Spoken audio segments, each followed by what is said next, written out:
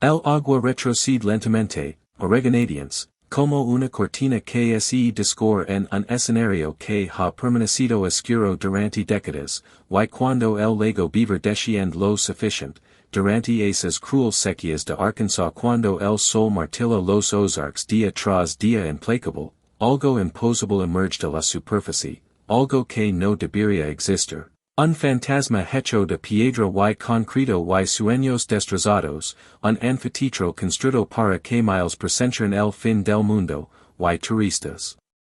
conducen desde todo el estado para pararse al borde del agua y mirar estas ruinas, estos restos de montaña, un resort que una vez prometía primavera eterna y milagros de agua mineral y el tipo de lujo que podía hacer olvidar que eras mortal. Pero que verdades oscuras yacen bajo estas aguas quietas, que precio se pagó por este paraíso resplandeciente en el desierto, y por quien, y podemos siquiera comenzar a comprender la arrogancia, la desesperación, el engaño magnífico que llevó a un hombre a derramar su fortuna y su cordura en construir el cielo en la tierra solo para verlo todo hundirse, literalmente, en el olvido. William Hope Harvey, lo llamaban Coin, un apodo ganado por su panfleto de 1894, Coin's Financial School, que vendió un millón de copias y lo convirtió en un nombre conocido, un cruzado por la plata libra. Un hombre que creía que la salvación de América yacía en abandonar el patrón oro y abrazar la acuñación ilimitada de plata en una proporción de 16 a 1 con el oro. No se suponía que terminara en el desierto de Arkansas, no se suponía que muriera como un indigente en un hotel de troncos.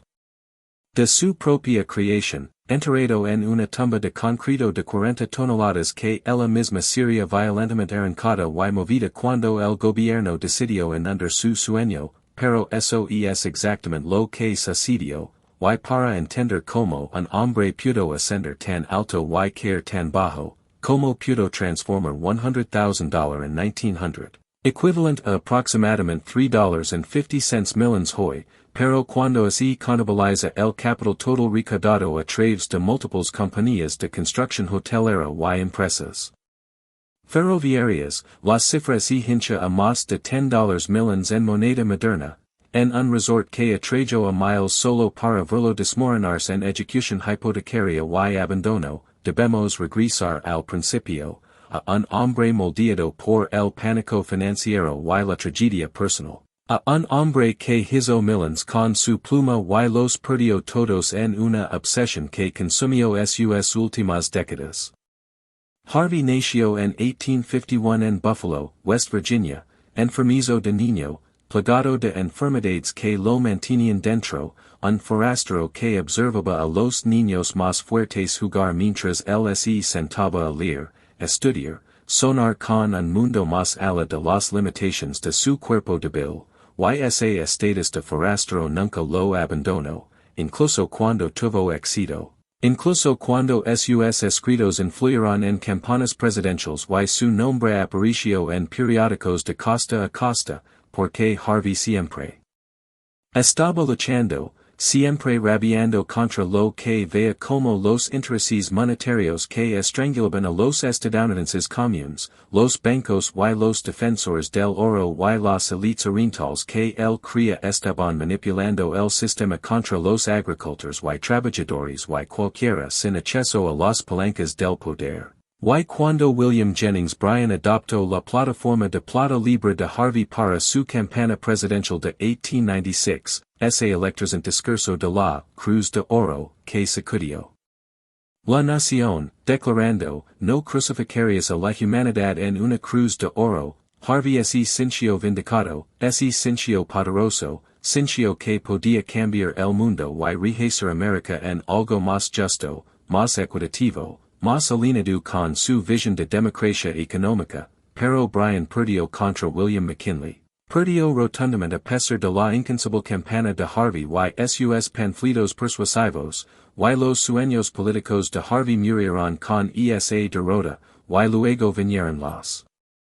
devastaciones personales, las perdidas que quebrarían a un hombre menor y transformarían a Harvey en algo más duro, más extraño, más desesperado, más dispuesto a apostarlo todo en visions que otros no podían ver o entender. Su esposa Ana no podía soportar su intensidad, sus obsesiones, su constante intriga y construcción y predicación sobre teoría económica y la decadencia moral de la civilización, y ella lo dejó, tomó a sus hijas Mary y Annette y se mudó a Chicago en 1902, regresando a Montana solo una vez, para un funeral, y nunca más. Y ese funeral fue para su hijo Halliday, Hal, el amado hijo de Harvey, el que se suponía levaría su legado, el hijo que compartió la curiosidad intelectual y la pasión política de su padre, quien murió a los 23 años en un accidente ferroviario en 1903, su cuerpo destrozado por la misma tecnología que Harvey creía traería progreso y prosperidad a Montana, apostado por hierro y vapor y la maquinaria del mundo moderno. Y que hace un hombre cuando su matrimonio está muerto y su hijo favorito está muerto y su cruzada política ha fracasado, cuando todo sobre lo que construyó su identidad se ha derrumbado o lo ha sido arrebatado, que hace sino lanzarse completamente a la única cosa que puede controlar, el único lugar donde su visión podría triunfar sobre el caos y la tragedia y la cruel indiferencia del destino, y para Harvey ese lugar era Montana, un valle al este de Rogers, Arkansas, que había comprado en 1900 por sus manantiales naturales y vistas de montaña, nombrándolo Montana que afirmaba significaba montaña agua, en español y en lengua india Omaha, aunque los historiadores duden que la etimología fuera real, duden que a Harvey lo importara si era real, porque Montana se trataba de crear un mito, de construir algo tan hermoso y extraño y perfecto que la gente vendría de toda América para bañarse en sus manantiales curativos y dormir en sus grandes hoteles y olvidar, por un tiempo, las duras realidades de la era industrial, la contaminación y el ruido y el conflicto social de ciudades como Chicago y St. Louis y Nueva York, y Harvey les daría descanso, les daría un vistazo del paraíso, y quizás al hacerlo podría encontrar su propia redención, su propia escapatoria de los fantasmas que lo perseguían. En diciembre de 1900, Harvey formó la Montana Investment Company con $52,000 de inversionistas individuals, hombres que creen en la visión de Harvey o en su habilidad de venta o simplemente en su reputación como Coin Harvey, el gurú financiero que había vendido 1,000,000 de copias de su panfleto, y $48,000 de su propio dinero, $100,000 en total, y inmediatamente se puso a trabajar dragando un canal, construyendo una laguna represando varios de los manantiales naturales, construyendo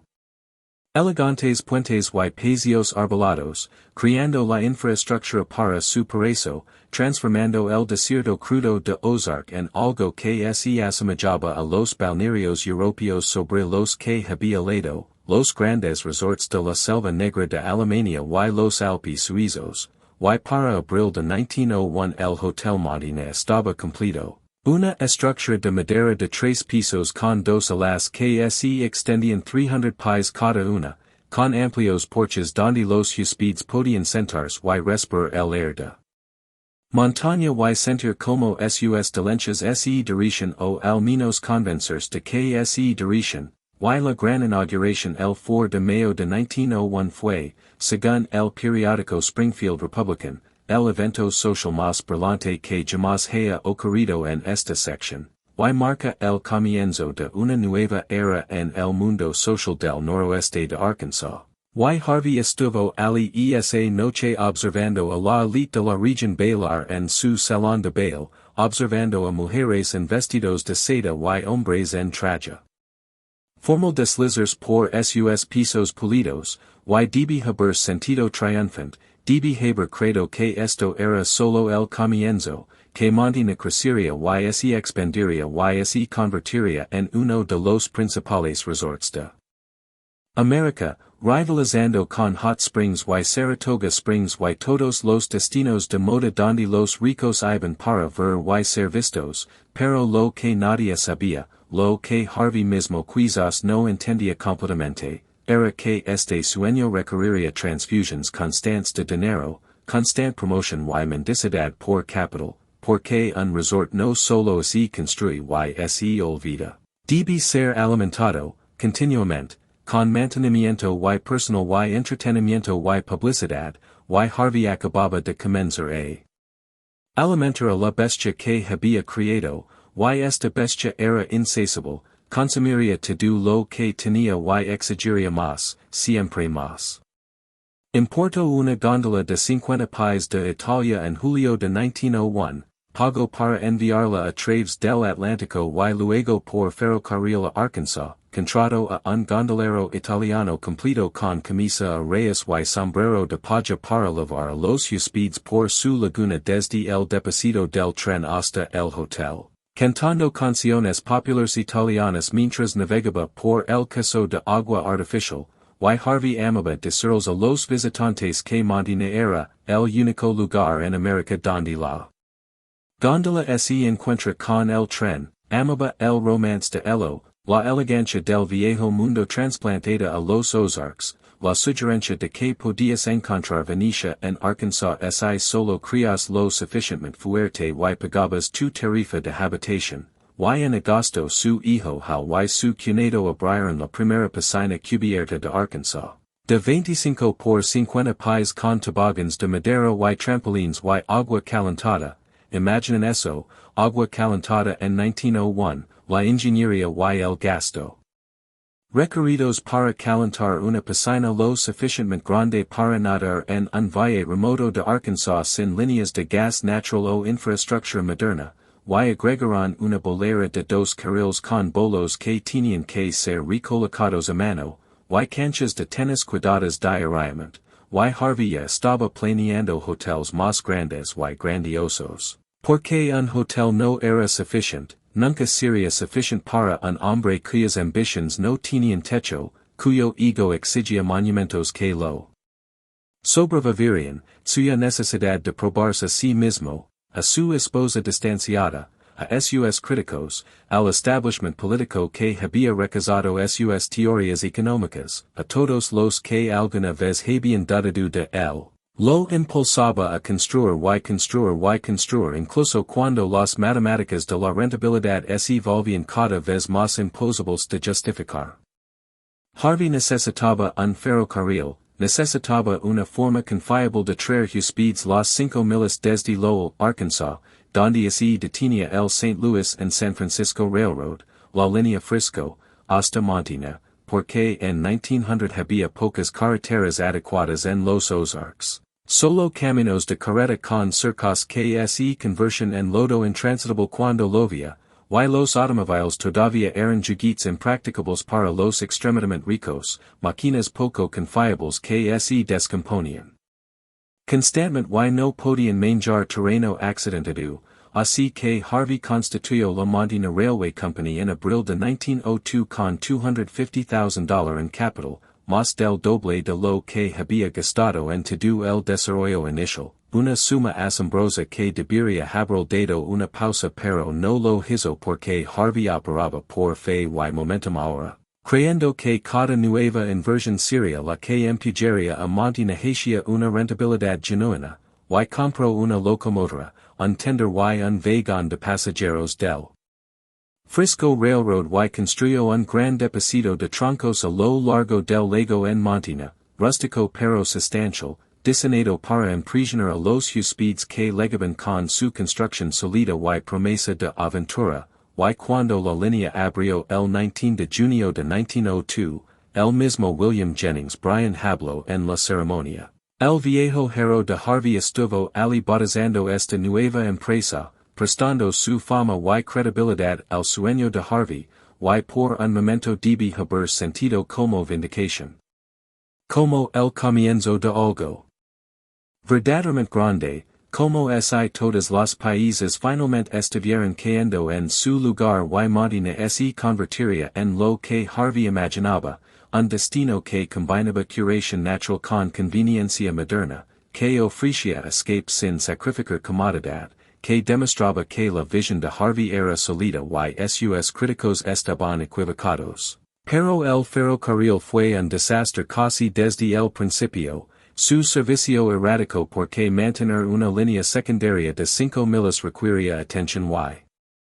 gastos constantes, sus finanzas tambaleantes porque el número de pasajeros nunca alcanzó los niveles que Harvey había proyectado, y muchos hospedes en realidad llegaban a través de trenes especiales de excursión de Frisco que evitaban completamente la línea de Harvey, y en 1908 la línea ferroviaria de Montana fue vendida al Arkansas, Oklahoma and Western Railroad, que quebró en 1910, y el servicio de pasajeros cogió hasta 1914 antes de morir completamente, los reales oxidandos, el depósito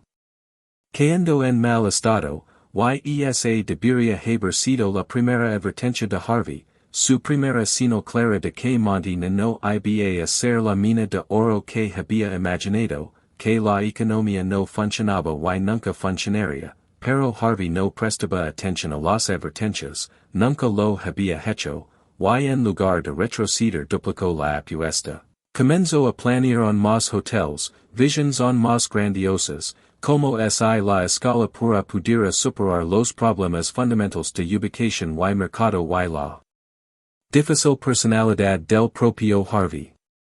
Contrató a A.O. Clark, un arquitecto exitoso y respetado de St. Louis, y en abril de 1904 formó la Montana Clubhouse Hotel and Cottage Company con $250,000 en capital, otros $250,000, más dinero arrojado al horno de la ambición de Harvey, y Clark era un arquitecto brillante, conocido por sus diseños de renacimiento clásico, y Harvey lo dio rienda suelta para diseñar 5 hotels, un edificio principal de 3 pisos llamado Clubhouse Hotel y 4 filas de cabanas, cada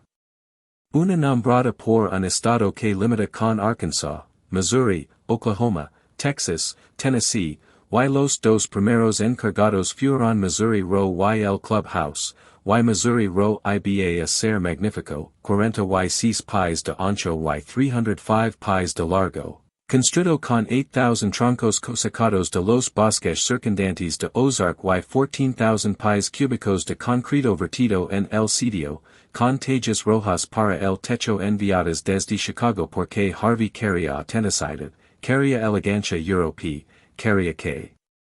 cada detalle fuera perfecto incluso si la perfección significaba importar materiales con gran gasto desde ciudades distantes, mientras que el Clubhouse Hotel fue diseñado como una villa imperial romana palaciega con columnas y arcos y una cascada de 15 pies que caía en cascada a través del vestíbulo. Agua fluyendo sobre rocas y creando un sonido constante y relajante que debía personificar el lujo natural de Montana. Pero luego en mayo de 1905 Harvey tomó una decisión fatídica que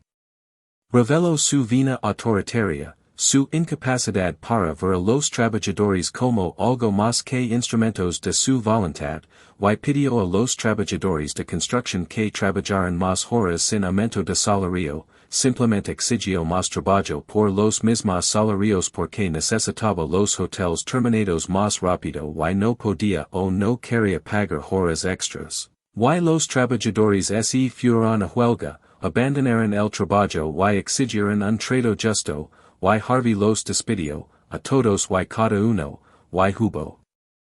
un altercado físico. Uno de los trabajadores despedidos confrontó a Harvey, enojado y sintiéndose engañado, y los relatos difieren sobre lo que sucedió a continuación pero las armas fueron sacadas o golpeadas dependiendo de qué versión se cree, los puños definitivamente volaron. Y Harvey terminó requiriendo varios días de reposo en cama para recuperarse de la paliza o peli, su cuerpo todavía débil incluso en la mediana edad, incapaz de resistir el conflicto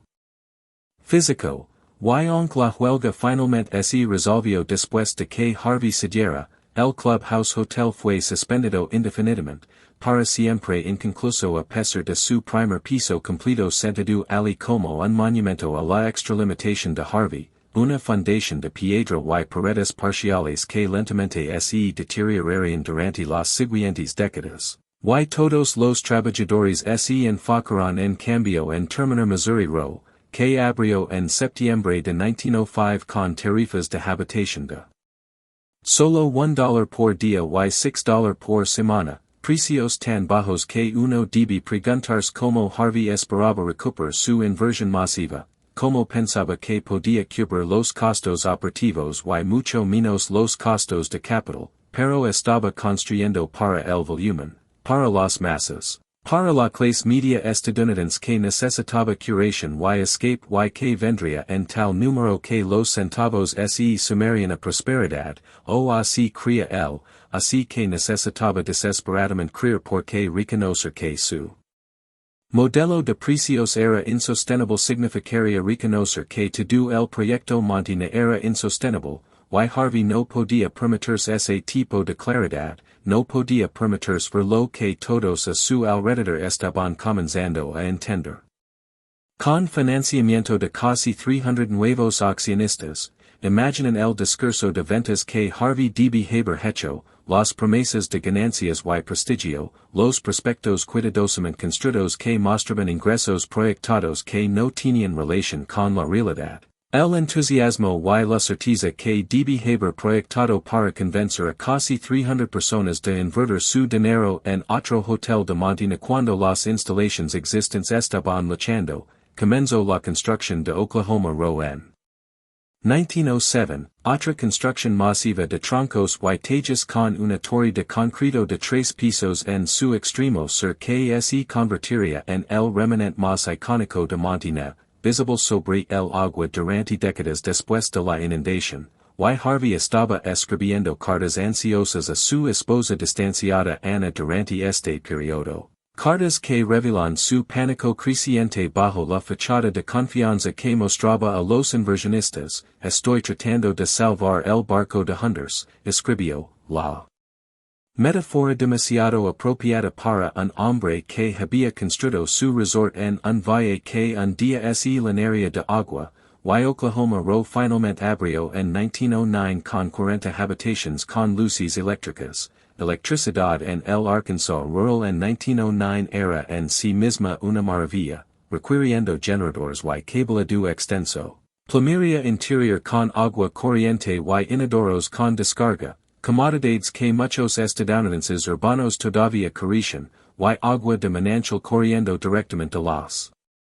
fuentes naturales de Montina, y según un artículo en el Daily Oklahoman de 1963 fue promocionado como el hotel de troncos más grande del mundo, un superlativo que Harvey podía señalar con orgullo, pero no hubo gran inauguración esta vez, ningún brillante evento social como el que bautizó Missouri Row, porque para entonces Harvey estaba sin dinero, sin crédito, sin el optimismo que había alimentado sus celebrations anteriores. Y las gritas comenzaban a mostrarse no solo en sus edificios sino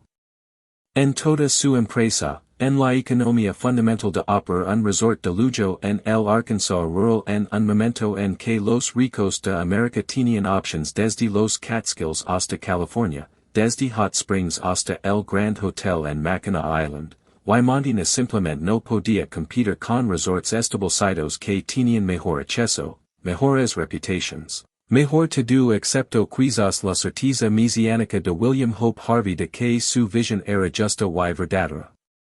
Harvey intentó crear una ciudad completa en Montina, no solo un resort sino una comunidad funcional que pudiera ser autosuficiente, y estableció una tienda general que vendía de todo, desde comida hasta ropa y herramientas, un establo para caballos y carruajes, un molino donde los granjeros locales podían lavar su grano, una oficina de correos que le dio a Montina una presencia gubernamental oficial y permitió a Harvey recibir correo dirigido simplemente, Montina, Arkansas, y en 1905 incluso estableció el Bank of Montina en un edificio de 2 pisos diseñado por A. O. Clark. De 50 por 70 país con el banco y un cuarto de almacenamiento en el piso principal y una sala de reuniones y oficinas en el segundo piso, y Harvey emitió su propio veil, su propia moneda privada, que era aceptada en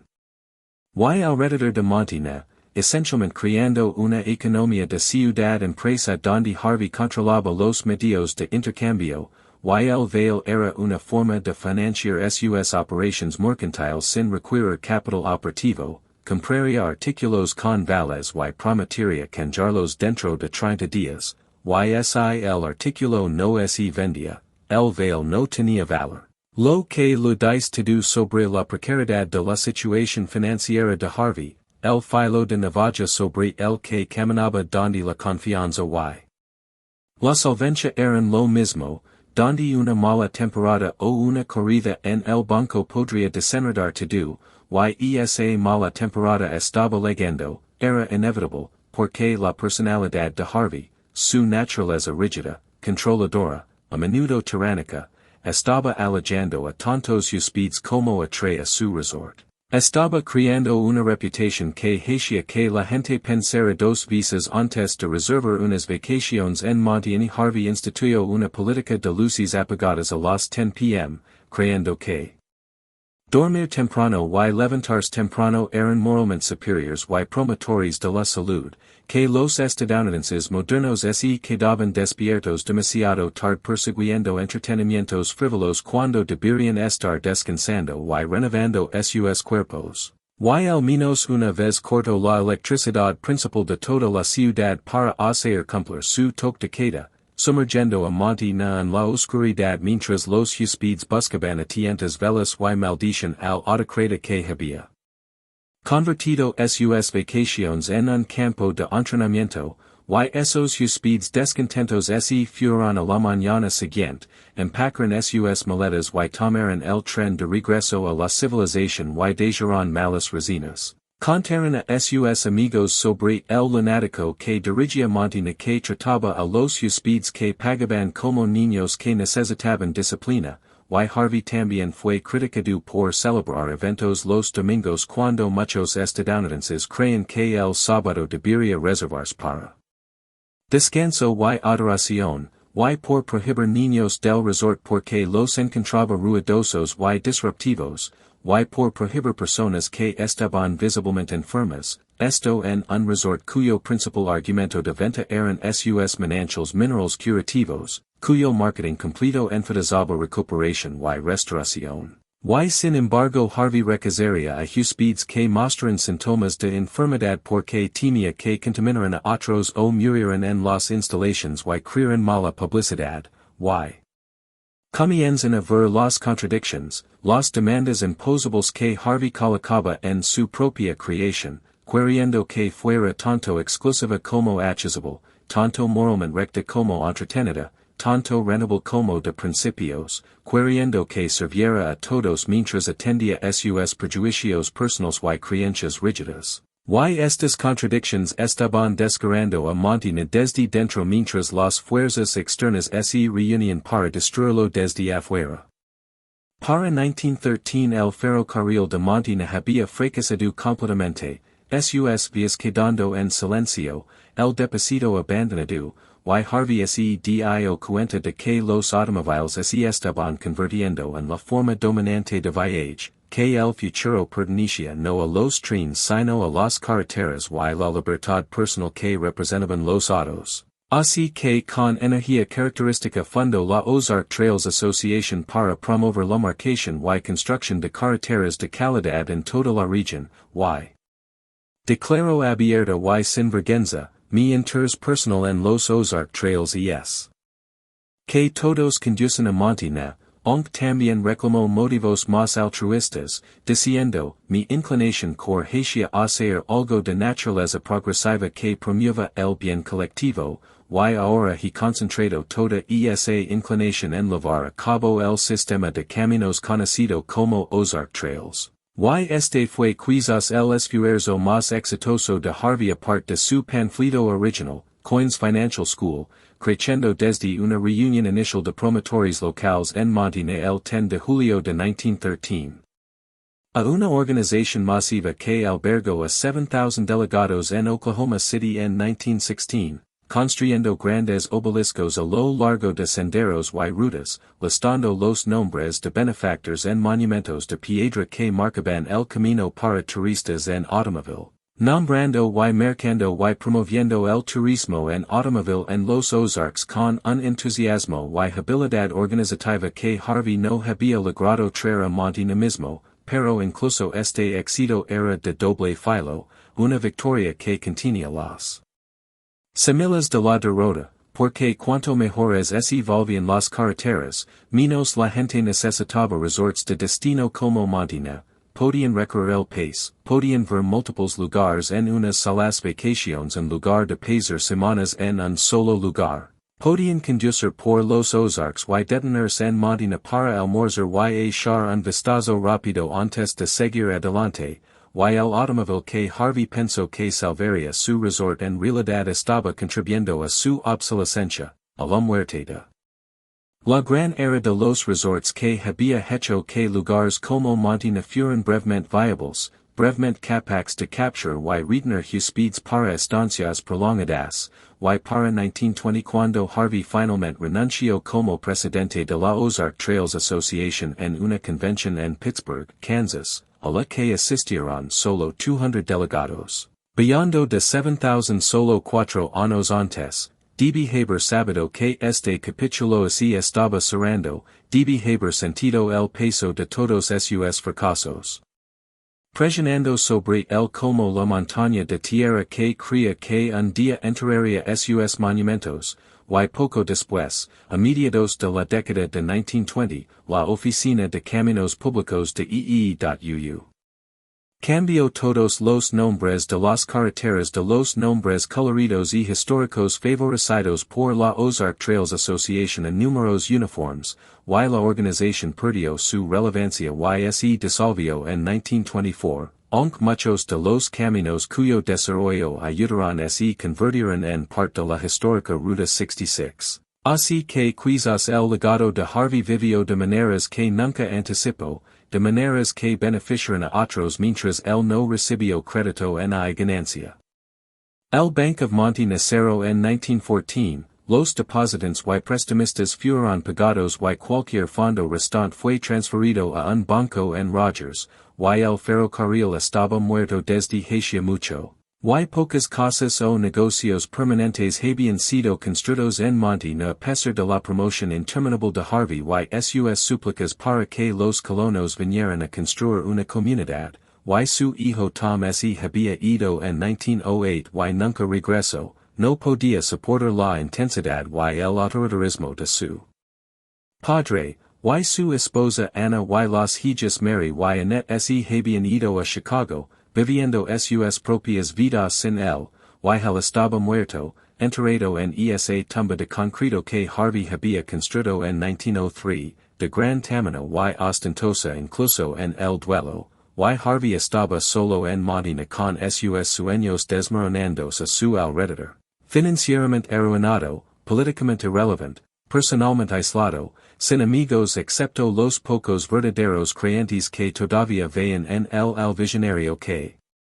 había escrito, Coins Financial School, y la Primera Guerra Mundial había transformado la economía mundial y cambiado los hábitos de vacaciones cuando los estadounidenses volvieron su atención al conflicto europeo y luego a las privaciones del tiempo de guerra, y el racionamiento y el patriotismo hicieron que los resorts de lujo parecieran frívolos, y Harvey se sentó en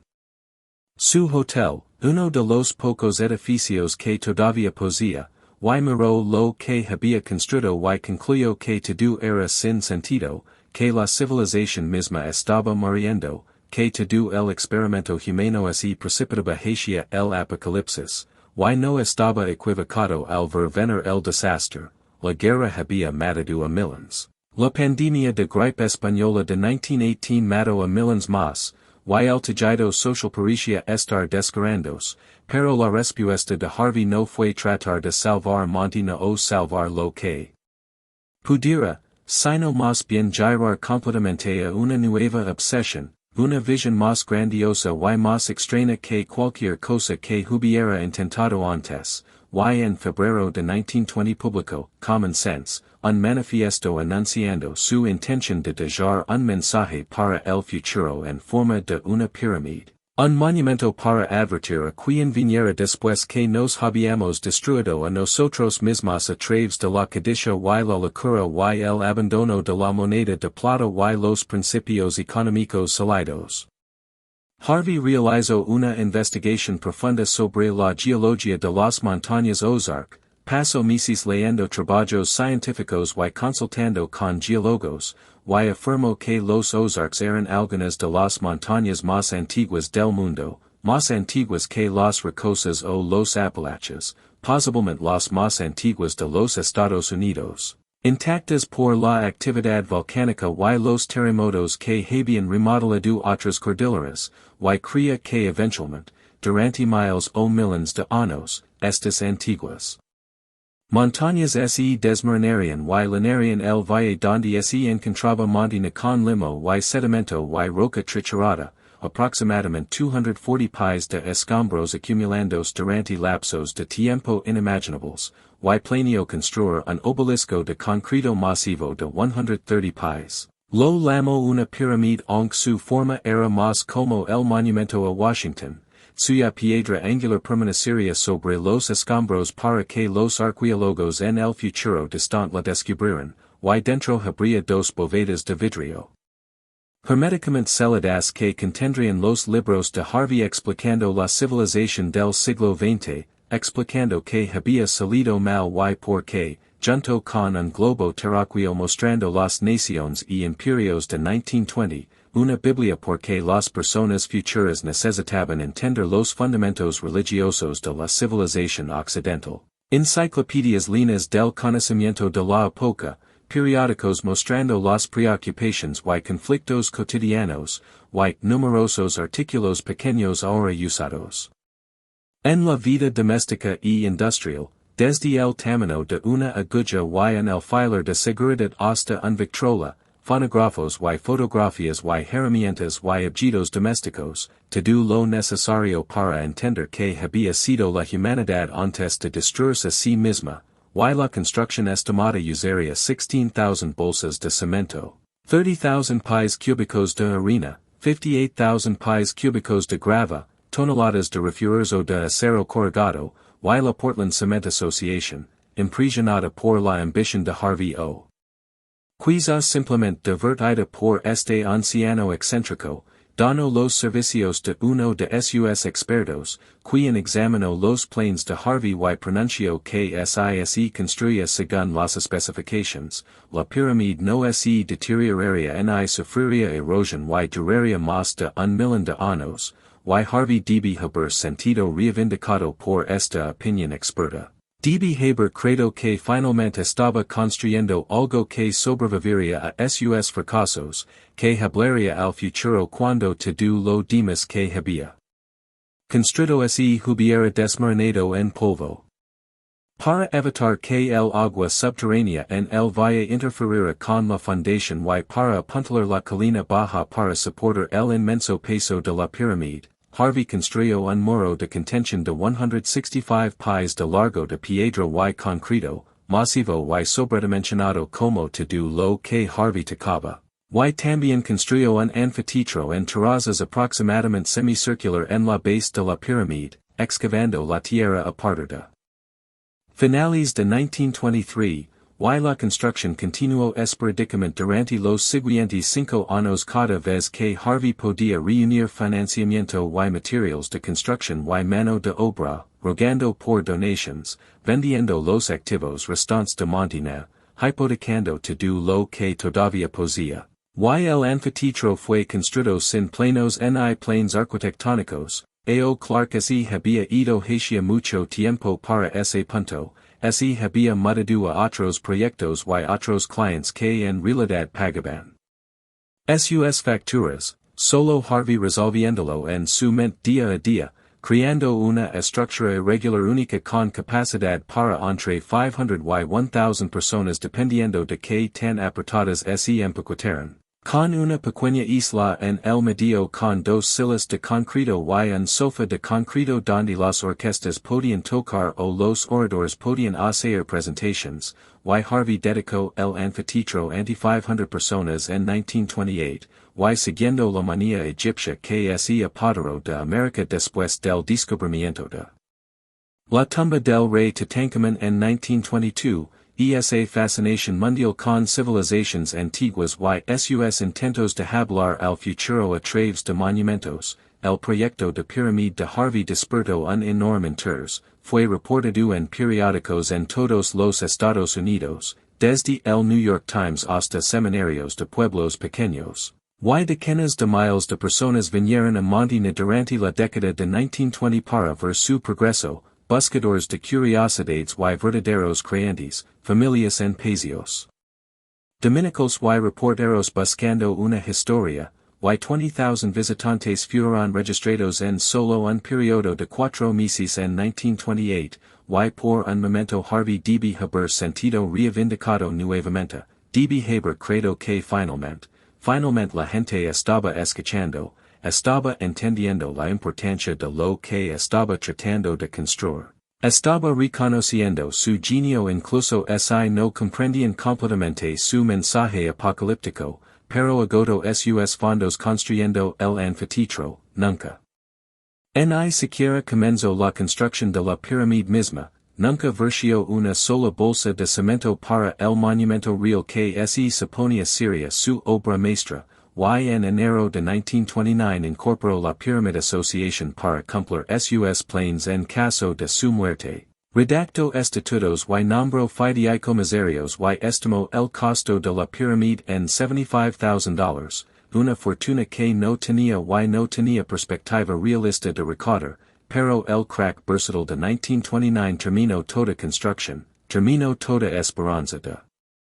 encontrar inversionistas o donantes, y la Gran Depresión que siguió significó que los estadounidenses no tenían dinero ni interés en financiar el monumento de un anciano al colapso civilizatorio, y Harvey envió cartas desesperadas a hombres ricos en toda América rogando por fondos, explicando en sus cartas que la civilización estaba muriendo y que solo hombres ricos como ellos podían salvarla financiando su pirámide, afirmando que su correspondencia era la carta más importante jamás escrita en la historia humana, pero no recibió respuestas, ni una. Ninguno de los millonarios y industriales a los que escribió se molestó en responder o enviar siquiera una donación simbólica, y la pirámide nunca fue construida, nunca se elevó sobre los asientos en terrazas del anfiteatro, y todo lo que queda son el muro de contención y el anfiteatro bajo las aguas del lago Beaver, visibles solo cuando la sequía los expone como huesos que atraviesan la piel, como el esqueleto de un sueño que murió antes de poder formarse completamente. Harvey vendió el Hotel Montana original al redditor de 1912, desesperado por efectivo, y en 1927, tanto Missouri Ro como Oklahoma Ro fueron embargados y vendidos en subasta, comprados por el Ozark Industrial College and School of Theology cuyos devotos estudiantes reclamaron parte de Montana como su campus de 1927 a 1932. Estos jóvenes seriosos estudiando escritura y teología en los mismos edificios de troncos donde los huéspedes ricos una vez bailaron y cenaron y así bañaron en baños minerales, una ironía que probablemente no se lo escapó a Harvey quien había construido Montana como un paraíso secular solo para verlo convertido en educación religiosa, y a Harvey no lo cuidaba casi nada. Solo su anfiteatro y sus visions apocalípticas y su certeza de que tenía razón y el mundo estaba equivocado. Y en 1931 a la edad de 80 años anunció que se postulaba para presidente de los Estados Unidos como candidato del Partido de la Libertad, una entidad de su propia creación, un partido político sin organización ni financiamiento ni apoyo más allá de la voluntad de Harvey. Y celebró la Convención Nacional del Partido en Montana, la única convención nominadora presidencial jamás celebrada en Arkansas, una distinción que el Estado probablemente no quería, y preparó con cuidado meticuloso, arreglando tarifas de excursión ferroviaria y instalaciones de medios y carreteras mejoradas y concesiones de alimentos, anticipando 10,000 delegados, seguro de que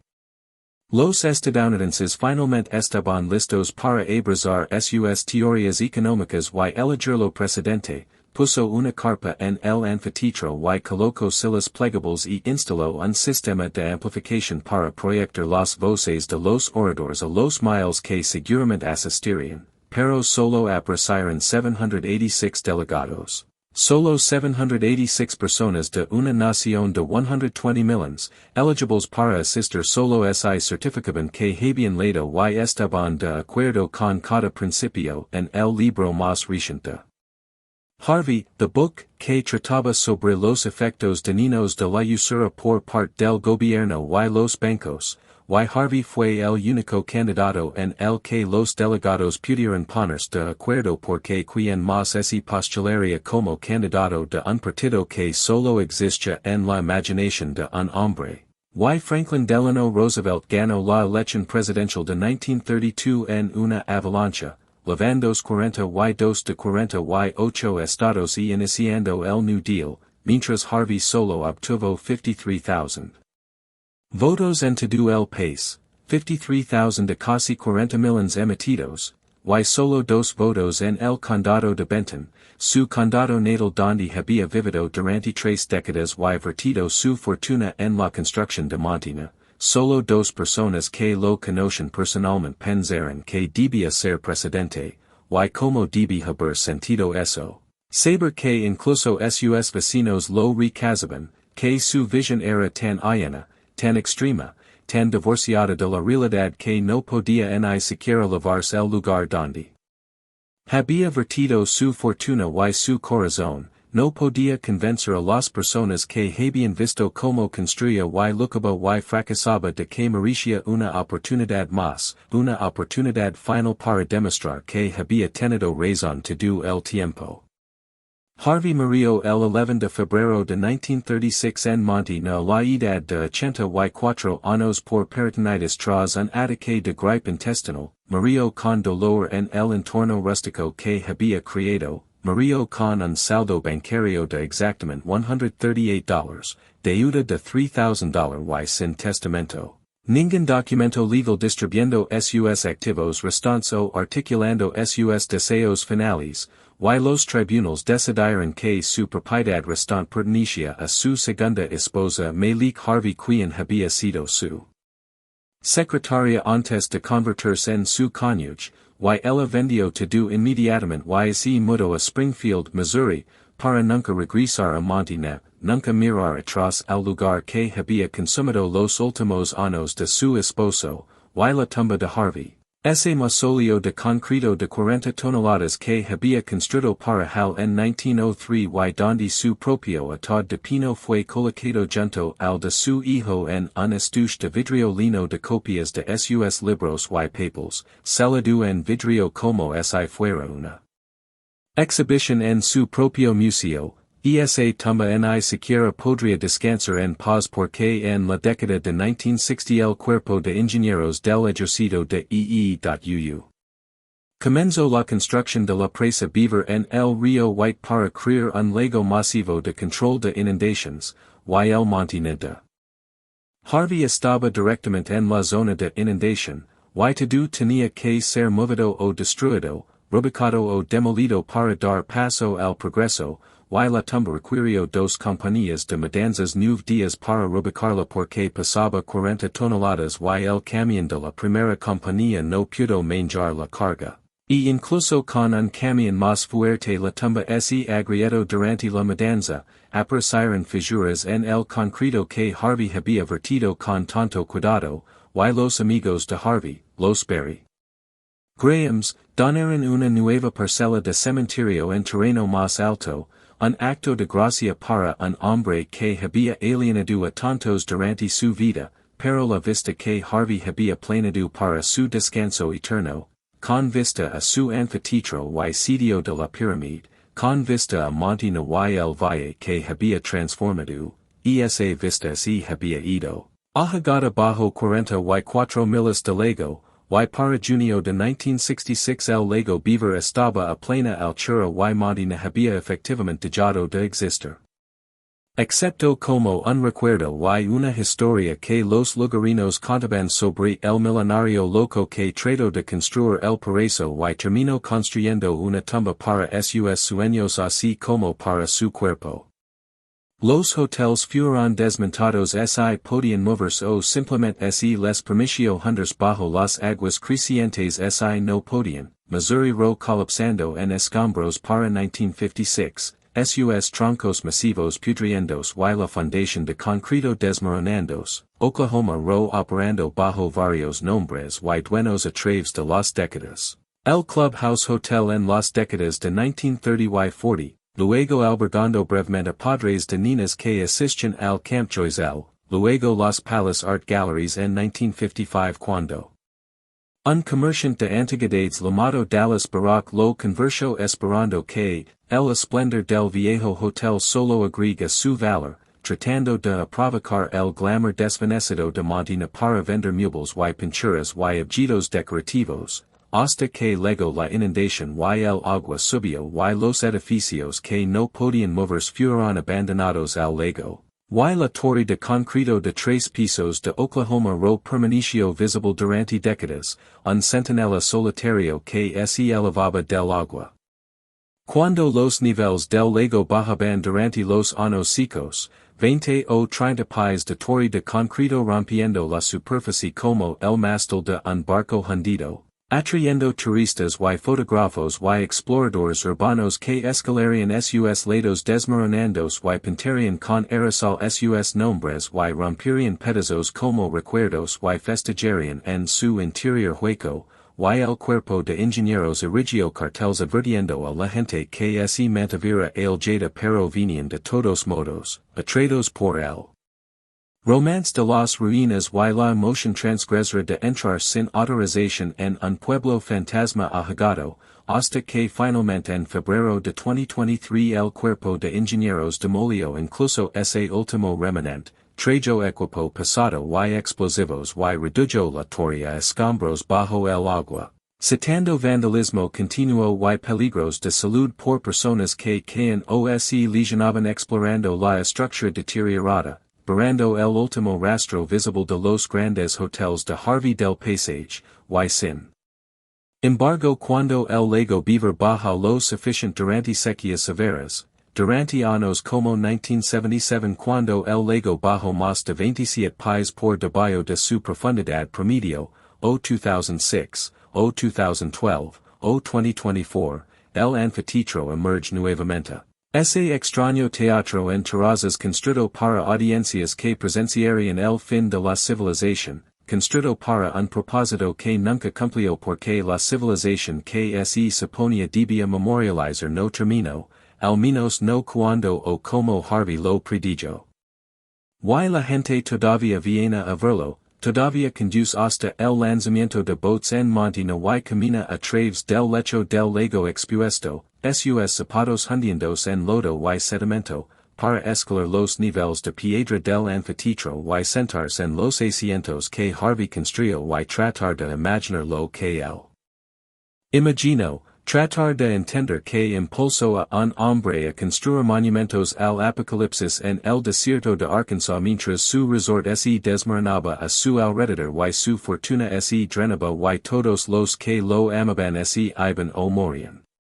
¿Qué lecciones nos enseña Montina? ¿Qué verdades oscuras sobre ambición y ego y el sueño americano vuelto canceroso? Porque esto no fue solo un resort fallido, los resorts fallidos llenan el paisage desde los Catskills hasta la costa de California, olvidados y sin lamentar. Esto fue algo más extraño y más perturbador. Una parábola sobre los peligros de la certeza mesiánica y el ego sin control. Sobre lo que sucede cuando un hombre decide que su visión es más importante que la realidad económica o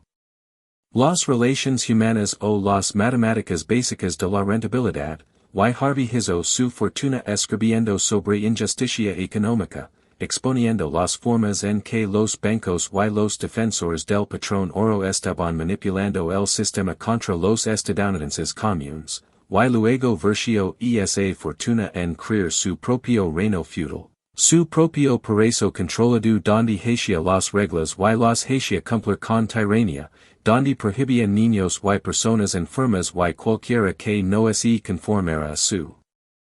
visión de comportamiento apropiado, donde emitía su propia moneda y dirigia su propio banco y construía su propio ferrocarril y trataba de crear un ciclo cerrado de poder y capital con él mismo en el centro, y cuando eso fracasó. Cuando el mundo real seguía entrometiéndose con sus huelgas y bancarrotas y tecnologías cambiantes y huéspedes que querían libertad no fascismo, que querían vacaciones no instrucción moral, Harvey no concluyó que su modelo era defectuoso, concluyó que la civilización estaba terminando, que la humanidad estaba condenada, que el problema no era su visión sino más bien el fracaso del mundo para apreciarla. Y su respuesta fue construir un monumento a su propia rectitud, una pirámide para decar, te lo dije. A los arqueólogos futuros que excavarían a través de los escombros de nuestra civilización colapsada y encontrarían sus escritos y se darían cuenta de que había tenido razón todo el tiempo, y hay algo casi perfectamente estadounidense sobre esa combinación de ambición y delirio, esa certeza de que si el mundo no se conforma a tu visión entonces el mundo debe estar equivocado, y Harvey pasó los últimos 16 años de su vida construyendo un anfiteatro que nadie necesitaba para una pirámide que nunca fue construida para advertir a un futuro que no vino sobre un apocalipsis que no sucedió. Y murió en bancarrota y solo y fue enterrado en una tumba que ni siquiera pudo permanecer en su ubicación planificada, que tuvo que ser movida porque el progreso en forma de una presa gubernamental estaba legando le gustara o no a Harvey, y su montina fue ahogado bajo el lago Beaver tal como había predicho que el valle se llenaría algún día, excepto que fue agua no sedimento geológico, y fue política federal no tiempo geológico, y quizás eso es apropiado, quizás esa es la lección real, que nuestros planes más grandiosos y monumentos y certezas pueden ser deshechos no por las vastas fuerzas impersonales de la naturaleza que imaginamos sino por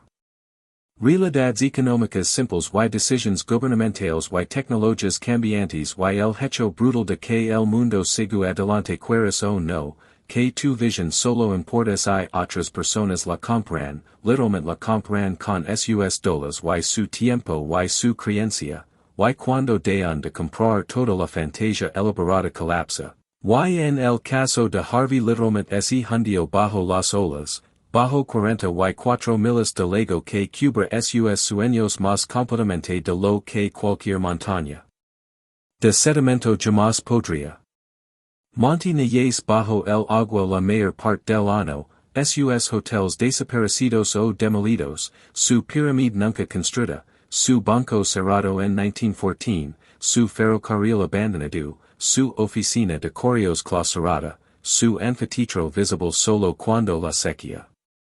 baja el lago lo suficiente, y esas silas de concreto donde Harvey planeaba que las orquestas tocaran para audiencias observando la muerte de la civilización se sienten vacías y sumergidas 20 o 30 o 40 pies bajo la superficie dependiendo de la lluvia, y quizás son más elocuentes en su silencio y ausencia de lo que alguna vez habrían sido en uso. Y cuando los turistas vienen a ver las ruinas de montaña durante años de sequía no están viniendo a presenciar lo que Harvey construyó,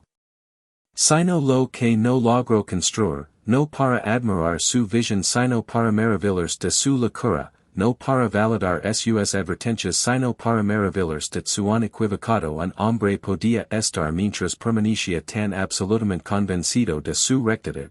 y esa es la indignidad final, que montaña se ha convertido en una curiosidad, una historia de fantasmas, una advertencia sobre arrogancia y obsesión y la creencia peculiarmente estadounidense de que suficiente dinero y fuerza de voluntad Pueden anular la realidad económica y las necesidades sociales y la naturaleza humana básica, y el legado de William Hope, Coin. Harvey no es el movimiento de plata libre que influyó en campañas presidenciales o la Ozark Trails Association que ayudó a construir el sistema de carreteras de la región o incluso el hermoso y extraño anfiteatro agigandos bajo el lago Beaver. Su legado es la leyenda que tu imperio, no importa su grandioso, no importa su bien intencionado, no importa su desesperadamente necesites que tenga éxito, pueda hundirse, pueda agigarse, pueda ser barrado por fuerzas que nunca anticipaste y no puedes controlar, fuerzas tan impersonales como una presa gubernamental o tan íntimas como tu propia incapacidad para comprometer o escuchar o adaptarte. Y que el precio de construir el paraíso no es mide solo en dólares y centavos sino en matrimonios destruidos y niños perdidos y décadas pasadas persiguiendo una visión que solo existe en tu mente, una visión que exige to do y no devuelve nada sino el consuelo frío de creer que tenías razón incluso cuando mures en bancarrota y solo, y Harvey pagó ese precio en su totalidad. Lo pagó con su fortuna estimada acumulativamente en más de $10 millones en moneda actual cuando se contabiliza la compañía de inversión y las compañías de construcción hotelera y empresas ferroviarias, lo pagó con su familia que lo abandonó o murió, lo pagó con su cordura cuando pasó de desarrollador de resorts a profeta apocalíptico, y que obtuvo por ello, que queda solo historias y ruinas y una tumba movida en una ladera con vista a un lago que ahogó sus sueños, y en esas raras ocasiones cuando el agua baja lo suficiente y el anfiteatro emerge como algo de un sueño febril. Los turistas toman fotografías y las publican en las redes sociales y se maravillan del tipo loco que construyó todo esto, el millonario que murió indigente, el visionario que terminó siendo solo otra advertencia, otro nombre en la larga historia de soñadores estadounidenses que alcanzaron demasiado lejos y no agarraron nada, que construyeron sus imperios sobre fundaciones de arena y arrogancia y los vieron hundirse bajo las olas del tiempo y el cambio y la economía brutal simple de oferta y demanda. Si escuchas cuidadosamente cuando te paras al bord del lago Beaver durante esos años de sequía, si escuchas el viento moviéndose a través del agua y a través de las ruinas del anfiteatro de Harvey, podrías oírlo susurrar la pregunta que persigue cada fracaso grandioso, cada locura magnífica, cada imperio que es